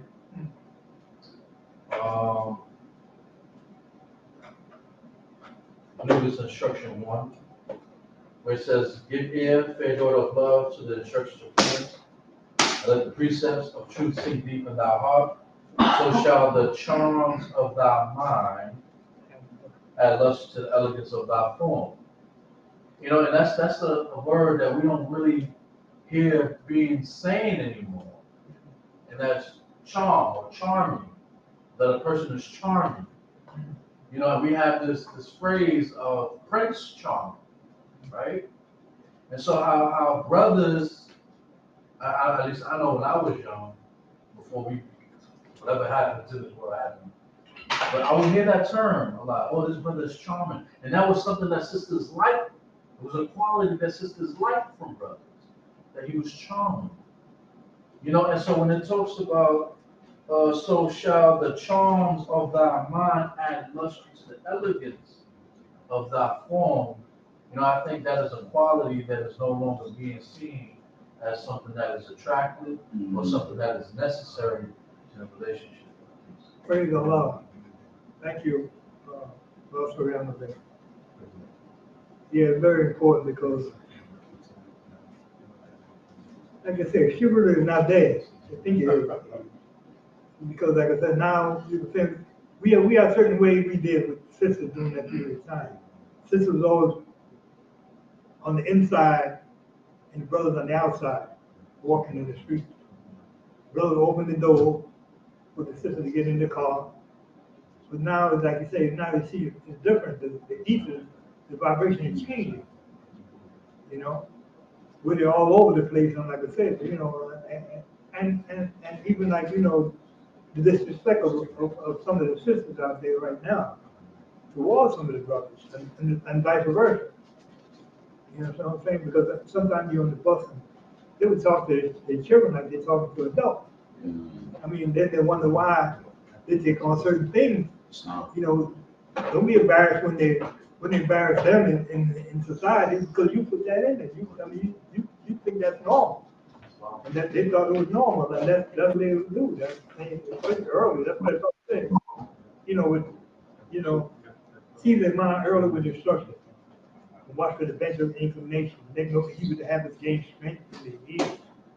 And that's what happens. He gains strength, and then it's hard for him to remove that. That's why I say certain things that are, even though, like I said, parents may not have all the knowledge of, but they have the knowledge of giving us certain things that to this day we hold on to it. That's what I'm saying. No matter what it is, we hold on to it, and that's why we say we got to take it further. Because like I said, how the Sunday school come the guidance of the nation. So we're looking at them to be the guidance. And probably talking about the third and fourth, fifth generation. So I'm saying we want to prepare something for them. We don't want to leave here without having them have something that they are proud of and be a part of. Because a lot of the Moors, like I said, left the movement because there was nothing to hold them. So we got to be able to prepare something for them to carry on that they can take into the future. Because it's about our posterity. That's what it's all about. If we don't do something for them, then it's gonna be like all those things will be lost along the way. But hopefully we can pound it in early with instruction. Pound it with that hammer. Pound it in and pound it in and pound it. Make it a part of every part. So praise the Lord. It's important. Islam. Yeah. Hands from Brother J. Coleman and Sister J. Jordan. Islam, Brother J. Coleman, and then Sister J. Jordan. I'll listen to J. Jordan first. Islam, Sister J. Jordan. Islam, thank you, good brother Clement. Yeah, I wanted to also just add this to the Holy Quran, you all have, in front of you, you all know those first words when it says to know thyself, right? And you read the chapter, Know Thyself, and it's so important. And in our, um, we memorize this, we hear this all every Sunday about when you have studied yourself and you ask what to study, and the same response you get is to study yourself. And so I was thinking that there's so many levels to this. And whenever I meet someone who is young, not married, and doesn't have children, I always encourage them to, male or female, to spend time with whoever their partner is or significant, the person they're thinking about marrying or making any kind of decision. Spend time with their families, and get to see how they were raised, because that's important. I also think for our own selves, because some of us are further along the way here in life, and you really need to take that time to, because if you haven't, and you're only now coming into this understanding about knowing yourself, um, it's this thought that the wounds that you avoid become the loops that you live. And what I'm coming to understand even better now in this phase of my life is that you're going to meet the same person in, some people say five, but in five different bodies, and you go back to Buddhism and Hinduism and the different significance of relationships. And we talked about different importance of the different five different relationships in your life, but you're going to meet them in different forms, and you'll hit the same problem in your career and in your business and in 1,000 different ways if you don't sit with yourself and discover who you are, because this is the concept of repeating it. The life lessons you're going to repeat are not just the key lessons of life. These are the relationship issues that you're having. These are your familial problems that you're having. This is the education that you might have put off or put away or for whatever reason. It is your whatever your path that Allah has laid out for you, that is your path. And that path is always your path. It doesn't change in a sense or disappear or because you've stepped off the path. However, you have to get back on the path, and the lessons and those things that took you away from it, you've got to conquer. So when you come to it again, you don't fall off the path again. I guess the thought is that if you're not in a relationship at the moment, or and hopefully not going in and out of relationships and going through women and men, I think that's a whole separate conversation. But you have time. You have so much time to take care of these things that are important. If you've never really gotten on top of your finances, get on top of your finances. If you don't have a job, get a job. If you haven't gone to school or haven't finished up school, go back to school. I find that sometimes we're chasing after things we want, and we live in a society today where everything is like, you got these 2-minute reels that seem to teach you everything you need to know in life about how to do everything. And so we are dealing with the generation that has grown up in kind of a microwave situation, and they want us to be able to explain things in a microwave fashion. I can't do that. When I'm trying to explain grit to my daughter, that's not something I can explain in a 2-second reel. However, I was able to put her in a CrossFit camp. It was a 1-hour camp for kids for 1 week, and they call it Kids Fit. Otherwise, I don't really like the term kids, but for 1 hour from 10 to 11 every day for that 1 week. Now, threw everything off on my schedule, and that's fine. But I knew day 2, day 3, she was like, by day 2, she's gonna be feeling those pains. She also does gymnastics. So there's gonna be a day where she's gonna be doing that and just gymnastics. It was rough. Knew she was ready to quit. Knew that she had had enough. She was tired. She was feeling things in places she never felt before. And so I also knew that as a parent, it was important for me to push her through and to explain to her that I'm not gonna let you quit. You're still gonna go. Even if we have to get there late, we're gonna go. And on Friday, when she completed the class, she was so proud of herself.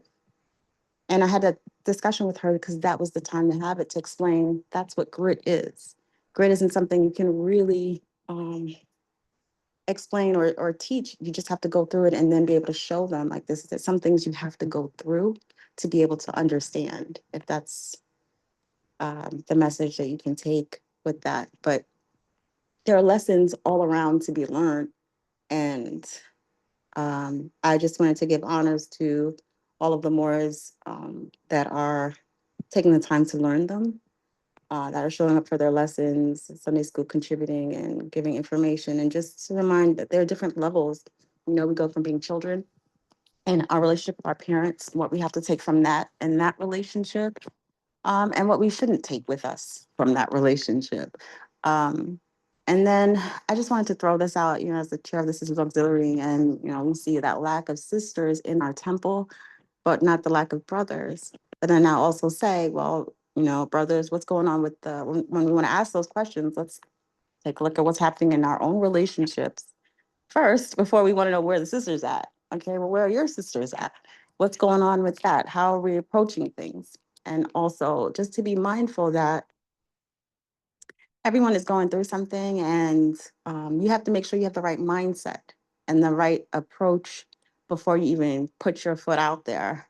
As I was, what I was taught, right, you know, is what do you bring to the table? If you can't bring to the table, but you're demanding things off that table, you don't need to be at the table. That I say peace. Thank you, my sister, for sharing those information. Thank you for beautiful for us to listen here. Brother Jacob Munir.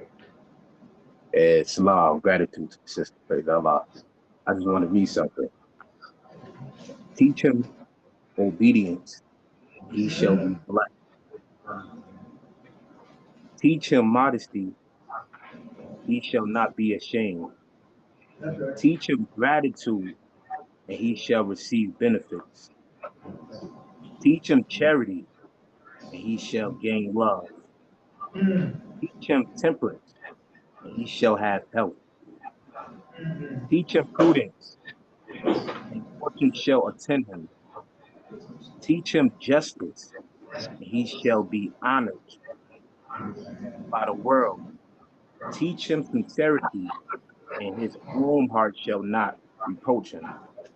Teach him diligence, and his wealth shall increase. Teach him benevolence, and his mind shall be exhausted. Teach him science, and his life shall be useful.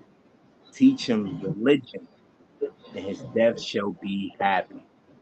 Praise Allah. I just want to say, we just got to be the example to the younger generation, and show them that it's still wisdom out here. In order to be a good teacher, you got to be a good student. With that, I say peace. Peace. Thank you, Mo.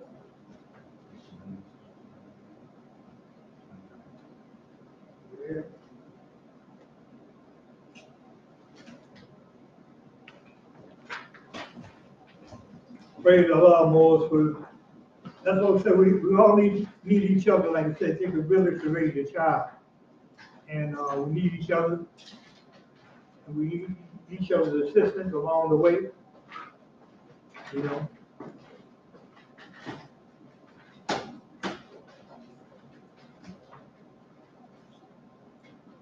Islam?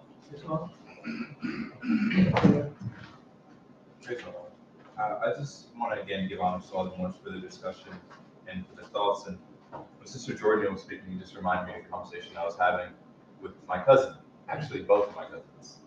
And so my younger one, she's about 23, and she's from Oakland, so she had been going to school out here, and it was the first time that she was really able to spend time with me and my other cousin who's around my age. We both grew up on the East Coast, and overall we just were able to get really close over the past year. And so she's moving back to Oakland for a year, and a lot of the conversations that we have relates to relationships and matters from the heart. And just, I think when it comes to family, you can relate to them on a personal level like that in a different way than others. And before she had left, I was saying to both of them that, just off of the time that we were spending, I was like, we need to make a pact.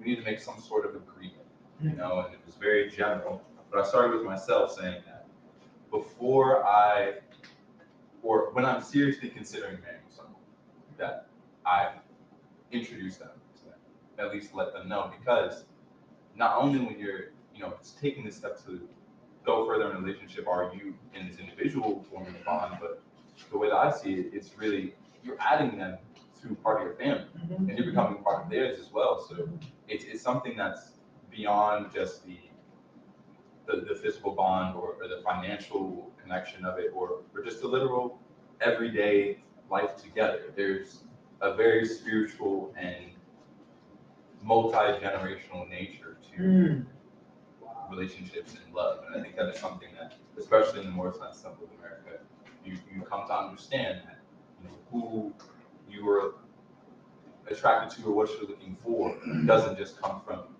you as an individual. It comes from the spiritual. So that is a piece. Honestly. And I think it's very important because in the Morris Temple of America, some call it, you know, what brothers and sisters. You know, the family, and that the brother was talking about that, the structure and how it develops and how it grows and how it unfolds. You know, thank you. I'll call you up to praise Allah. This time I call our grand chief to embrace our young sister. Islam was. Yes, So first of all, we want to continue to congratulate Sister Jones Bay, a new addition to the family. And so she got a nationality card for her daughter, Sister A. Jones Bay, age day 1. It's on 2025.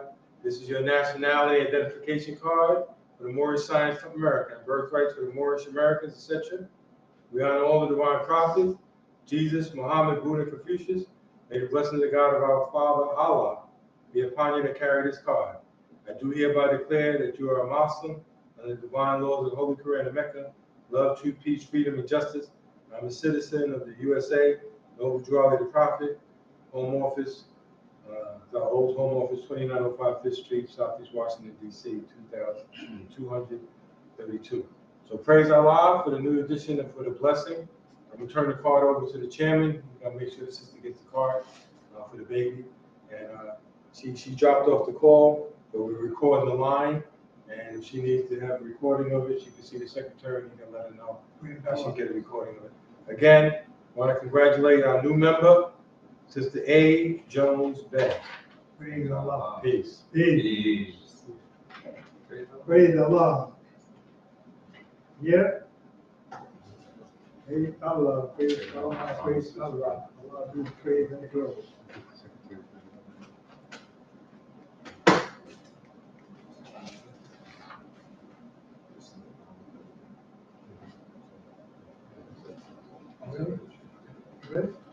Islam.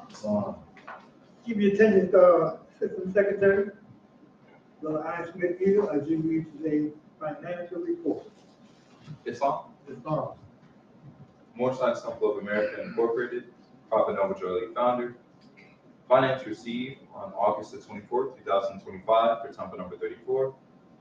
Public collection, you received $19. Literature and supplies received $1.75. Uplifting fund received $7.25. Donation received $20.25.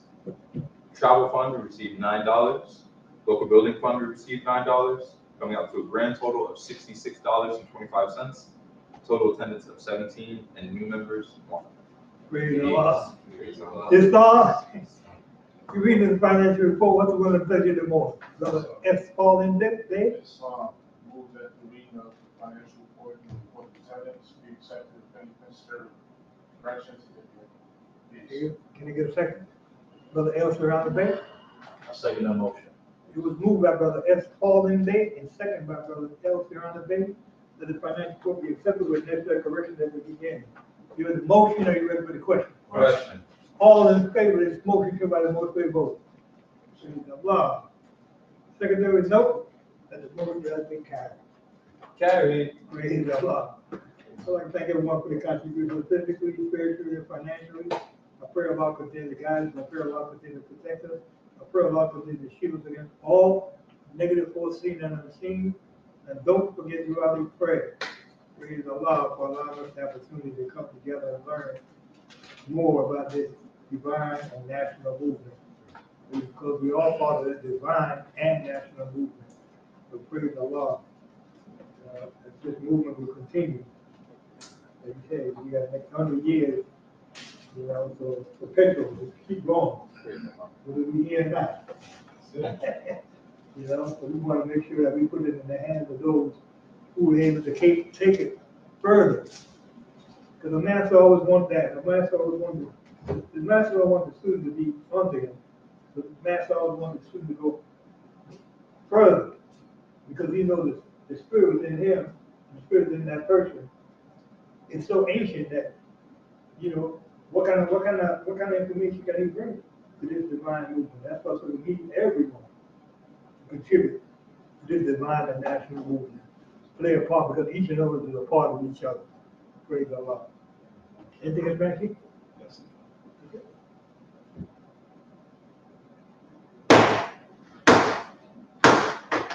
All right, face the east. Feet in the 90 degree, 5 fingers on the left, on the right. Repeat the motion. I know a grand sheet. Allah, the Father of the universe. Allah, the Father of the universe. Father of love. The Father of love. Truth. Peace. Freedom. And justice. Allah is my protector. Allah is my protector. My guide. And my salvation. And my salvation. By night. And by day. And by day. Through his holy prophet. To his holy prophet. Drew Ali. Amen. Amen. Peace, Lord. Peace and love. Peace and love,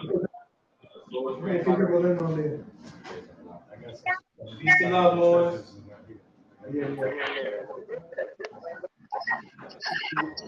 Peace and love. Peace and love. All the Moors all over the